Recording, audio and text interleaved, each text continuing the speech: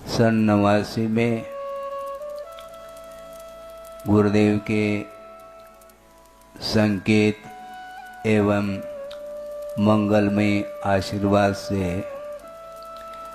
पिंडरई नगर को अवसर मिला था। समता सागर जी महाराज और उन्होंने वहाँ पर चातुर्मास संपन्न किया और उस चातुर्मास के दौरान उन्होंने पिंडरई को व्रती नगरी घोषित किया था। पिंडरई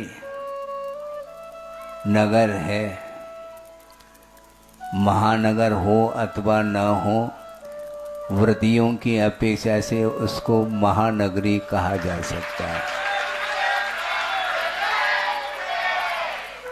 पूरे बुंदेलखंड में जो छोटे छोटे नगर हैं, गांव हैं, वहाँ पर व्रतियों की संख्या अनगिनत है, मैं समझता हूँ। और वहाँ पर उन्होंने संपन्न किया था चातुर्मास। उसके बाद यह द्वितीय चातुर्मास है और उन्होंने वहाँ पर चातुर्मास किया है स्थापित करके। अब लगभग 2.5 महीने हो चुके हैं, 1 महीना और शेष है। और उस समय उनके चातुर्मास के पूर्व में गर्मी में पिंडरई से गुजरता हुआ ही मैं कुंडलपुर आया था और उस समय भी वहाँ के समाज ने चर्चा की थी कि महाराज पंच कल्याणक होना है आदि आदि, और एक नवनिर्मित जिनालय का निर्माण भी उन्हें करना था।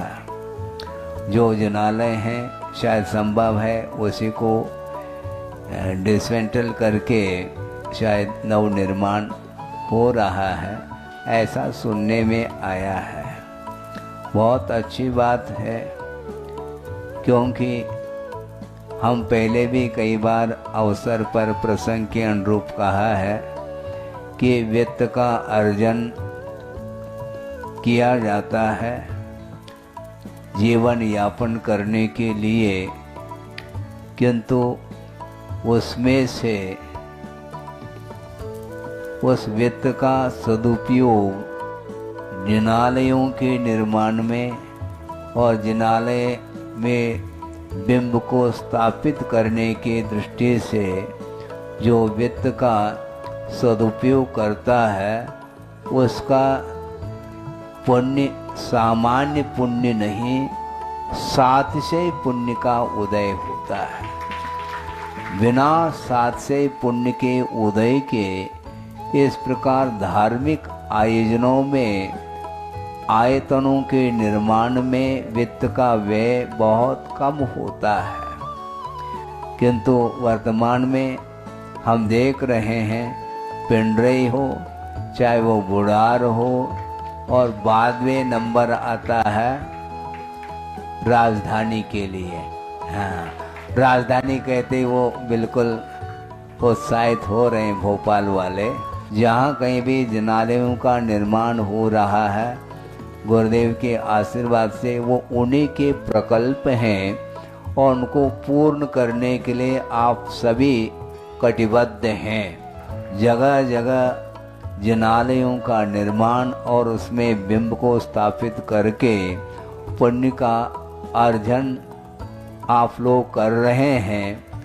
उस धार्मिक कार्यों को देख करके हमारा मन भी अत्यंत प्रसन्न हो जाता।